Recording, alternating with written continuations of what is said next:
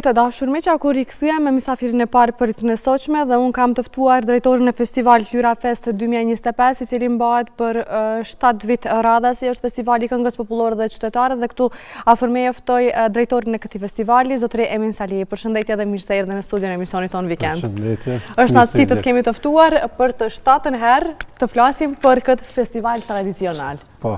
Më trego fillimisht si shkon një vikendi juaje, me qenë se po përgatiteni për festivalin. Si po shkon ky vikend? Është sigurisht nuk po qëndrani në shtëpi këtë vikend, vetëm sot po pushani tani momentalisht. Momentalisht. Po kur është periudha e organizimit festivalit, kam angazhimet e mia të përditshme, kontaktet, salla, zërimi, ndriçimi, provat, këngët si shkojnë ashtu e kjo është pak edhe vikendi do të jetë pak më i angazhuar.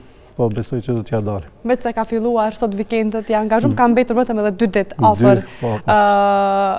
afër festivalit. Më trego si janë përgatitjet. Përgatitjet mirë. Me bendin provat kanë shku shumë mirë, në rregull, muzicientat janë të gjithë të mirë, profesionistë të diplomum dhe janë në fakultet muzikës, ku me to shumë lehtë shkon edhe prova, edhe shumë më shpejt edhe po mundohem t'i nxjerrim këngët sa më mirë, sa më produkt më të mirë, me aranzhmane të reja, harmoni, ritëm, melodi pak më të modernizuar, më them. E kështu. E kështu me radhë. Kush janë prezent këtë vit? Po prezent zakonisht dëshira ime është ketë më shumë këngëtar, po tash mundësia është kjo që e kemi. Do të jetë Arshiku, Linda, Hana, Jetmiri dhe Shaib Sherif.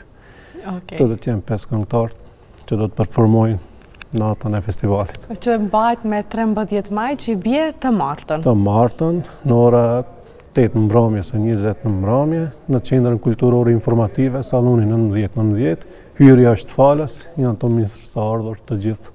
Ata të cilat duan të dëgjojnë muzikë të mirëfillt popullore dhe qytetare. Cila është risia e këtij viti nga vitet e kaluara? Risi kemi këngë që nuk i kemi këndu, që nuk i kemi pas në repertuar gjatë viteve të kalume, tash janë këngë krejt të reja, të zgjedhura edhe të përpunuar.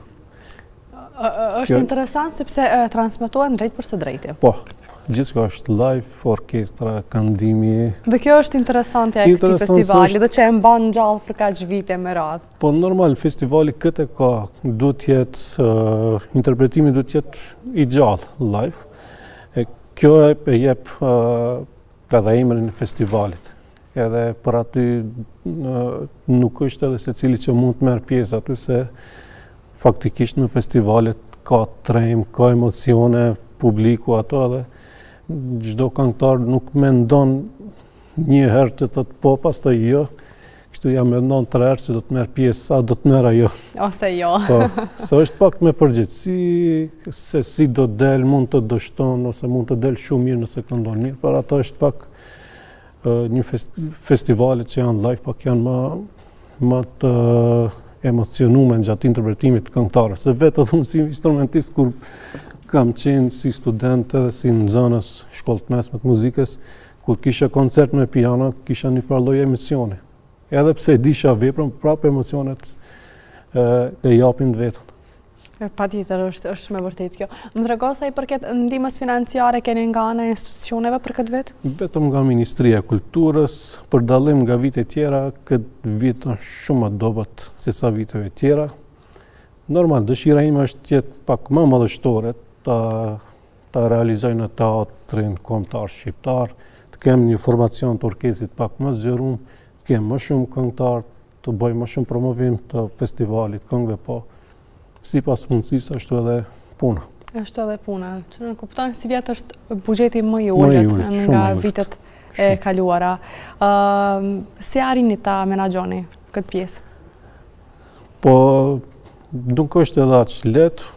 Kam vullnet sa do pak kam bërë përvojën këtë drejtim, edhe kolegë që i kam si këngëtar, si instrumentistët, bile ideja ime ishte që mos të realizoj, ta kthej projektin, se ishte në buxhet i ulët, po kolegët, këngëtarët edhe muzicianët pak insistuan, hajde të realizojmë ashtu si do të jetë, vetëm mos ta ndërpresë.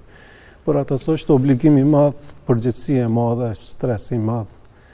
E tash stresi me buxhetin është pak Nuk ja vlen ndonjë po, aq shumë nuk ja stres, vlen, por po se gjitha ajo orkestër, gjitha ajo ekip duhet të ndan kohë tash për përgatitjen e festivalit. Tash secili ka angazhimet, obligimet e veta, po çka do bëj? shumë e vërtet. Por mirë që ja po realizohet dhe nuk po humbet, po shuhet ky festival, se me të vërtet vendi jonë, qyteti jonë ka nevojë për festivale të tilla. Çdo qytet ka nevojë për festivale, po kryeqytetet duhet të kenë më shumë festivale. Zbavicës, Popullores, pse mos të ketë edhe festival për rini, festival pleqshve. Kemi festivale të ndryshme, në zhanreve të ndryshme, po flas në sferën e muzikës. Do të jetë më interesant. Ndërsa pala tjetër ka, mund të them, shumë festivale vetëm brenda Shkupit, ne edhe një nuk e kemi. Që festivalin Lyra me këngë vjetra të qytetarë dhe popullore, me nxise pe mbajmë, po mundohemi ta kalojmë, ta bëjmë edhe një vjet, edhe një edicion, po nuk shkon kjo kështu. Do të kemi pak mbështetje institucionale, normal. Çka mendon, cila është arsyeja që nuk ka mjaftuar shumë mbështetje institucionale? Mbështetje institucionale është krejt në varet komisionat që punojnë në ministri, se çfarë kontakte kanë dhe çfarë marrëveshje kanë ndërmjet vetë. Kjo pak do t'i ndërhyjë në politika. Po ne si artist, kjo është e jona që mund bëjmë për kulturën. Nuk mund vetëm krijoj vepra, të orkestroj këngë, të organizoj festivale, po më shumë nuk mund të bëj. Unë po flas vetëm për anën time profesionale. Ato që marrin përgjegjësi për me na ndihmu, ato do të japin maksimumin. Se ne faktikisht shfaqim kulturën tonë, promovojmë traditat tona, këngët tona të mirëfillta, promovojmë edhe artistët tonë, si muzicianë, si këngëtarët tonë. Festivalet janë filtrim i këngëve dhe janë dalin kuadra të reja, këngëtarë të ri. Se më para kanë qenë shoqëritë kulturore, artistike, kanë qenë festivalet ku kanë dalë edhe këngët që janë bahite, gjatë gjithë vitit janë dëgju, po edhe këngëtarë që sot e kësaj dite ne i njohim shumë këngëtarë të vjetër që i kemi pa prej festival janë të njohur ose prej shoqëri kulturore artistike.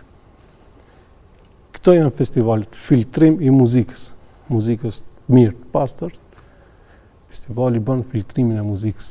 Mund të them se në atë aspektin se tash jemi edhe në një kohë ku muzika po ka marrë një kahje shumë tjetër edhe nuk mund ne i dim cilat janë me vlerë artistike, cilat nuk janë, po tek populli është shumë problem t'i dallojnë dhe t'i vlerësojnë. Festivalet janë ato që i ndajnë muzikën e mirëfillt, pastër dhe ato jo pastër, jo të mirëfillt. Po, është shumë e vërtet dhe shumë e saktë kjo që e thuani, por pse mendoni që në vendin tonë nuk realizojnë festivalet të tilla? Shembull, kemi mjaftu shumë këngëtarë, kemi njerëz që mundën të jenë përgjegjës. Pse s'kemi festivale të tilla?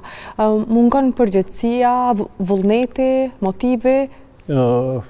Pika e parë, apo është shumë stresuese dhe mendoj që nuk ja vjen fare? Pika e parë, financat, pastaj duhet të jenë organizatorë të festivalit, duhet me qenë menaxher të mirë.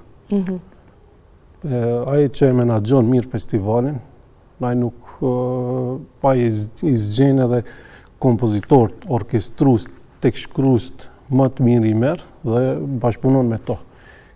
Po ai që është menaxher i mirë i festivalit. Po tash pika e para financa. S'ka financa kur kush nuk ka vjen. Nuk ka mundësi, është shumë e vërtetë, sepse pa financa nuk mund të realizohet. Vetëm sallat kushtojnë goxha para, pa tash shkëdme. Okej, ky vit do të shtyhet.